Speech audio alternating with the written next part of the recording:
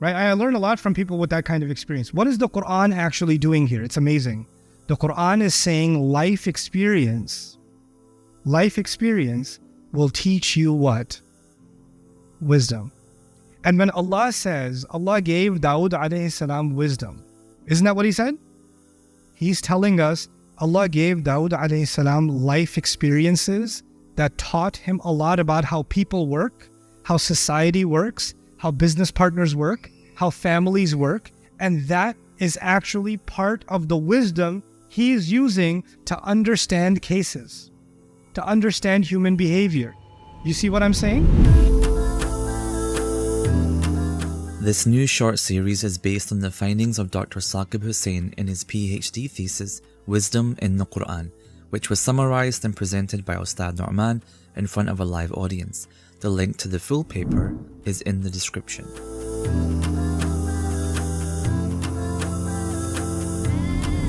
So we're going to talk about two prophets, or one prophet and one non-prophet, but they have something in common, and I'm going to show it to you, because from here on, we're not talking about hikmah in theory. We're going to actually look at actual places in the Quran and discuss hikmah. So the first place we're going to look at is the story of Dawud alayhi salam. And here's the place you can find it. Many of you have Quran apps on your phones, so you can open it up, inshallah. I'll open it up too, and I'll read it from here with you, okay? So this is Surah number 38, Sad, and ayah number 17. Okay. اصبر على ما يقولون واذكر عبدنا داود ذا الأيد إنه أواب. Be patient, the Prophet is being told, be patient over whatever they say to you.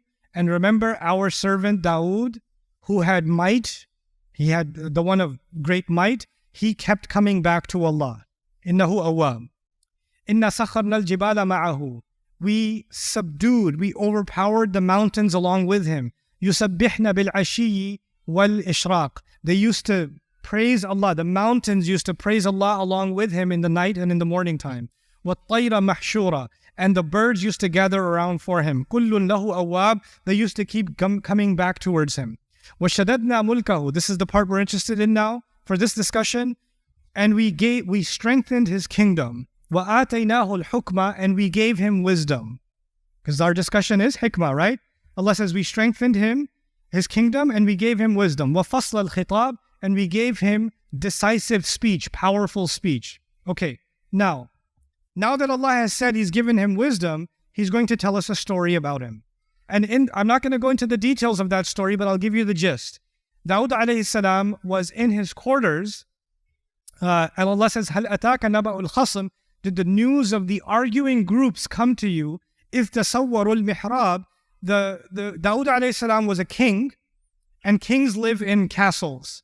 And the king's quarters are usually higher up inside the castle, in the more secure area. And he was up in his quarters praying, and mihrab is the corner of the house where it's private, where you pray. And he turns around from the prayer, and he sees a bunch of people you can imagine, in his bedroom. They're in his inner quarters. So you can imagine, like in America, there's the White House, right? And the White House has extra layers of security. They've got snipers on the roof, and they've got security guards and dogs, and they've got all this kind of stuff, right? And there's a presidential residence inside. And the president comes out of the bathroom, and there's 6 guys sitting there. Hey, we got a question, Mr. President.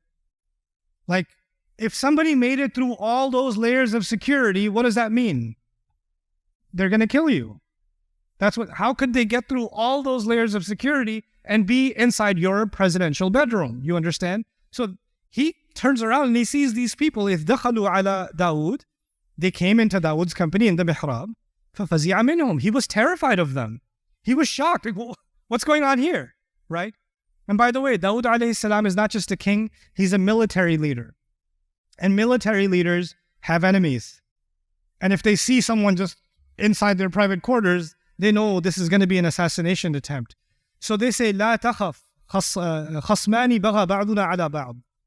No. Don't be afraid. We just have an issue. We just want you to give us your advice about it.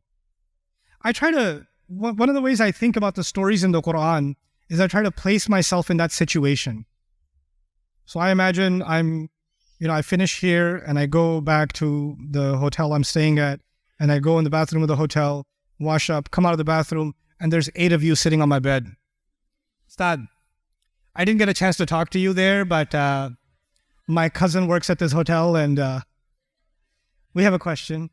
You said in one of your videos, I'm like, bro, I'm sorry, bruv.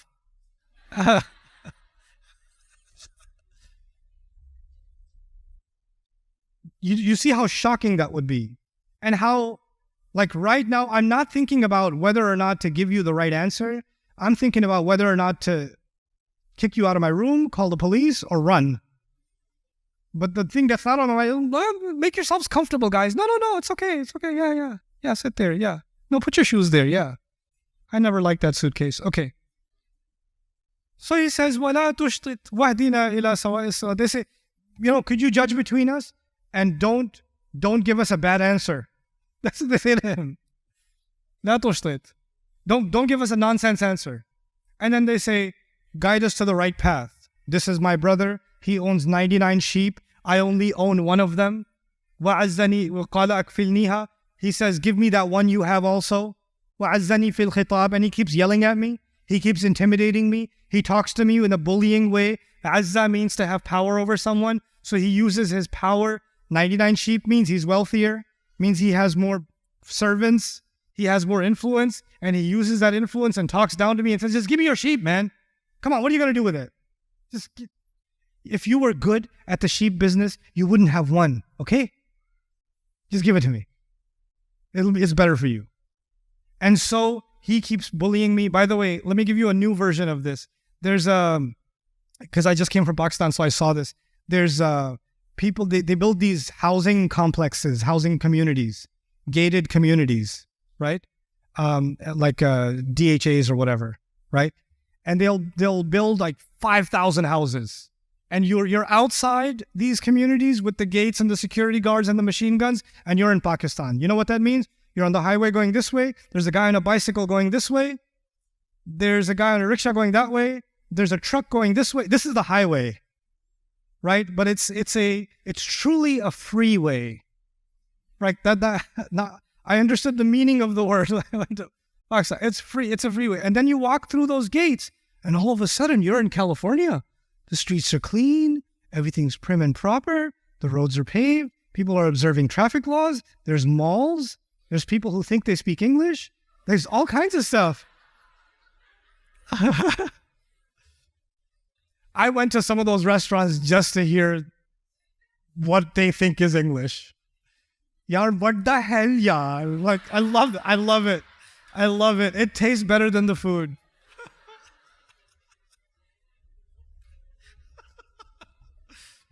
Anyway, back to the Quran. Okay.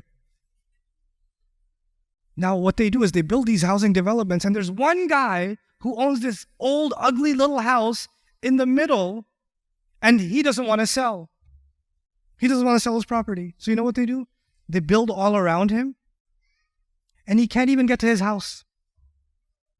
There's no road, nothing. He can't get there. You got a choice.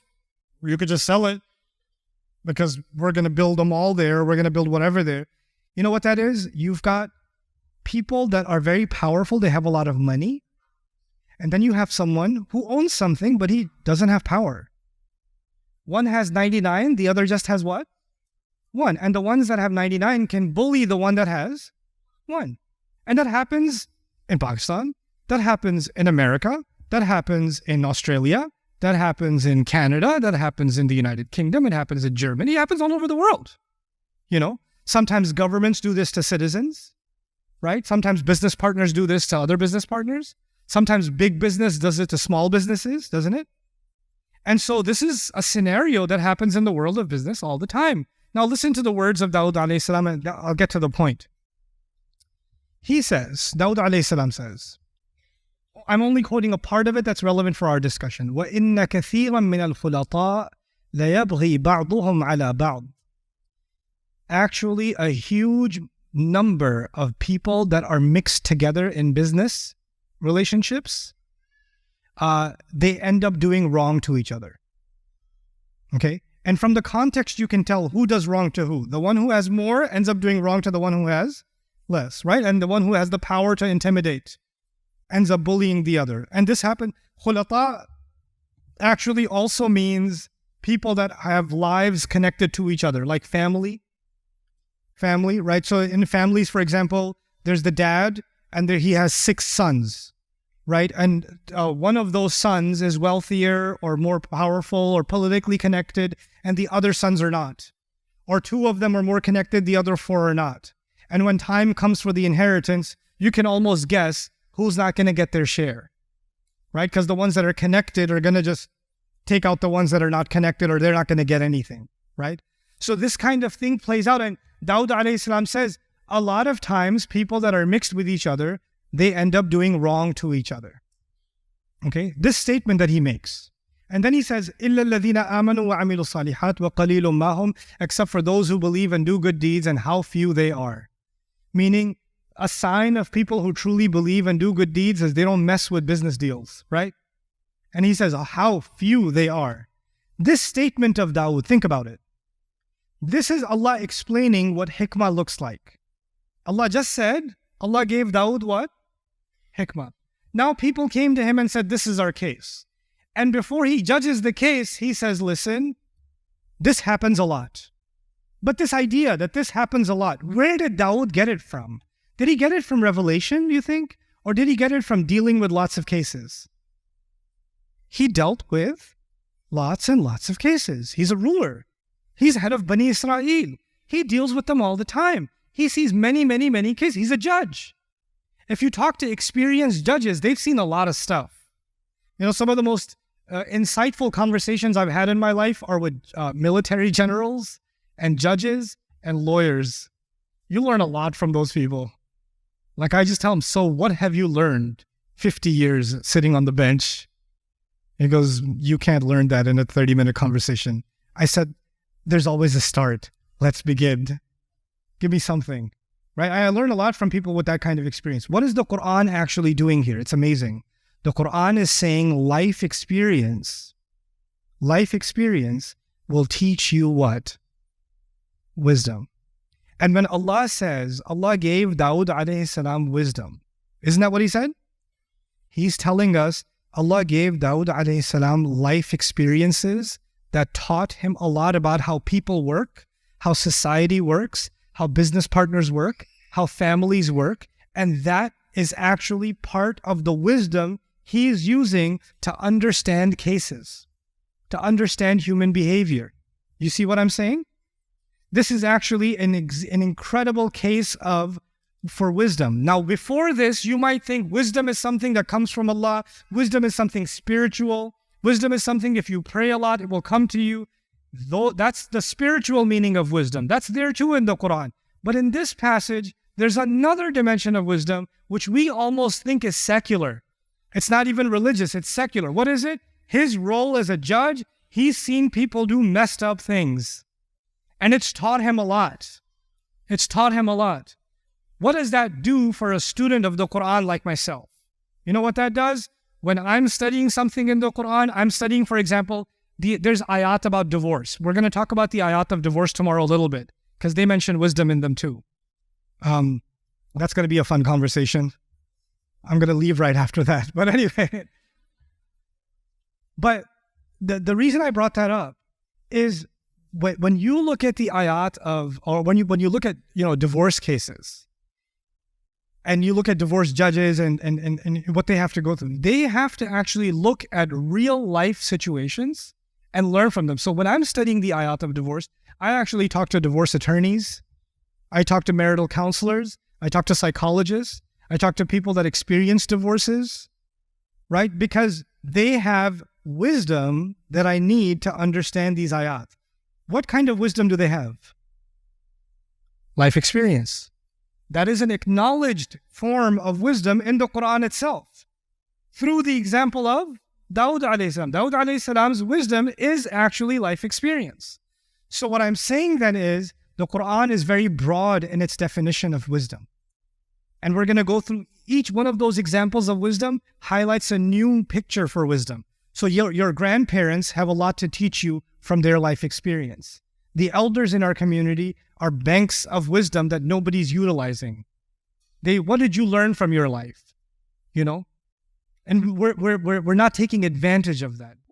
I hope you guys enjoyed that video clip. My team and I have been working tirelessly to try to create as many resources for Muslims to give them first steps in understanding the Quran all the way to the point where they can have a deep, profound understanding of the Quran. We are students of the Quran ourselves, and we want you to be students of the Quran alongside us. Join us for this journey on bayinatv.com, where thousands of hours of work have already been put in. And don't be intimidated, it's step by step by step, so you can make learning the Quran a part of your lifestyle. There's lots of stuff available on YouTube, but it's all over the place. If you want an organized approach to studying the Quran beginning to end for yourself, your kids, your family, and even among peers, that would be the way to go. Sign up for bayinatv.com.